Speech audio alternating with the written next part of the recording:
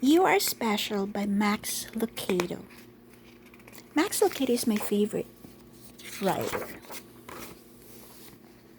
Yeah. The Wemmicks were small wooden people. All of the wooden people were carved by a woodworker named Eli. His workshop sat on a hill overlooking their village. Each Wemmick was different. Some had big noses, others had large eyes, some were tall and others were short. Some wore hats, others wore coats, but all were made by the same carver and all lived in the village. And all day, every day, the Wemmicks did the same thing. They gave each other stickers. Each Wemmick had a box of golden star stickers and a box of gray dot stickers. Up and down the streets all over the city, people spent their days sticking stars or dots on one another. The pretty ones, those with smooth wood and fine paint, always got stars. But if the wood was rough or the paint chipped, the Wemmicks gave dots. The talented ones got stars too. Some could lift big sticks high above their heads or jump over tall boxes. Still, others knew big words or could sing pretty songs. Everyone gave them stars. Some Wemmicks had stars all over them. Every time they got a star, it made them feel so good. It made them want to do something else and get another star. Others, though, could do little, they got dots. Punchinello was one of these. He tried to jump high like the others, but he always fell. And when he fell, the others would gather around and give him dots. Sometimes when he fell, his wood got scratched, so the people would give him more dots. Then when he would try to explain why he fell, he would say something silly, and the Wemmicks would give him more dots. After a while, he had so many dots that he didn't want to go outside. He was afraid he would do something dumb, such as forget his hat or step in the water, and then people would give him another dot.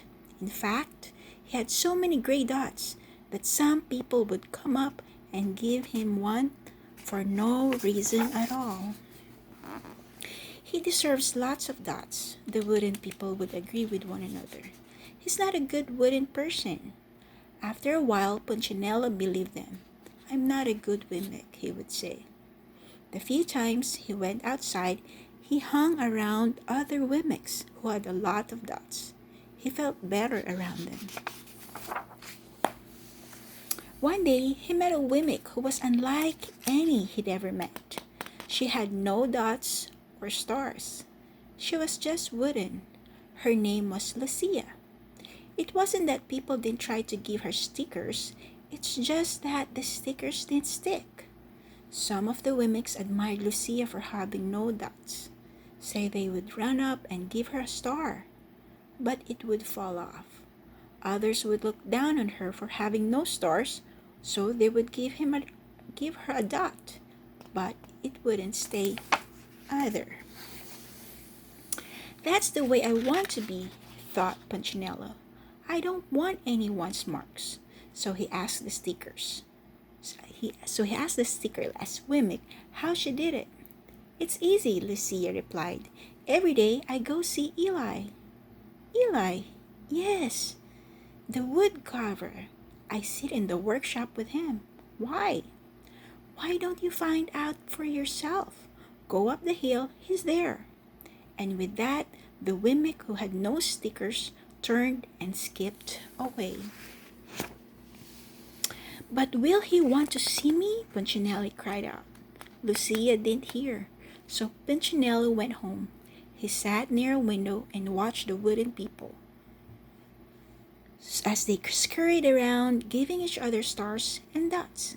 It's not right, he muttered to himself, and he decided to go see Eli.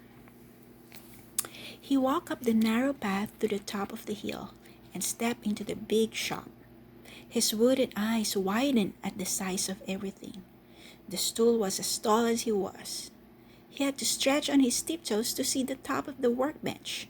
A hammer was long as his arm. Punchinello swallowed hard. I'm not staying here, and he turned to leave. Then he heard his name. Punchinello? The voice was deep and strong. Punchinello stopped. Punchinello, how good to see you. Come and let me have a look at you. Punchinello turned slowly and looked at the large bearded craftsman. You know my name? The little mimic asked. Of course I do. I made you. Eli stooped down and picked him up and set him on the bench. The maker spoke thoughtfully as he looked at the gray dots. Looks like you've been given some bad marks. I didn't mean to, Eli. I really tried hard. Oh, you don't have to defend yourself to me, child. I don't care what the other mimics think. You don't? No, and you shouldn't either. Who are they to give stars or dots? They're mimics just like you. What they think doesn't matter, Punchinello. All that matters is what I think. And I think you are pretty special. Punchinello laughed. Me? Special? Why? I can't walk fast. I can't jump. My paint is peeling. Why do I matter to you? Eli looked at Punchinello, put his hands on those small wooden shoulders, and spoke very slowly. Because you're mine. That's why you matter to me.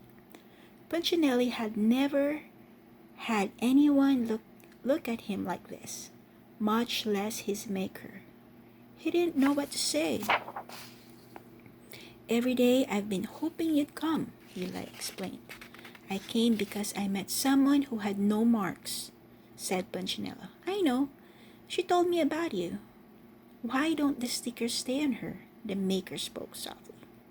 Because she had decided that what I think is more important than what they think. The stickers only stick if you let them. What? The stickers only stick if they matter to you.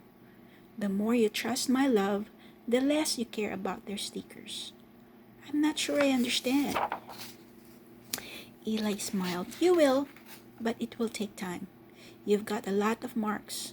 For now, just come to see me every day and let me remind you how much I care.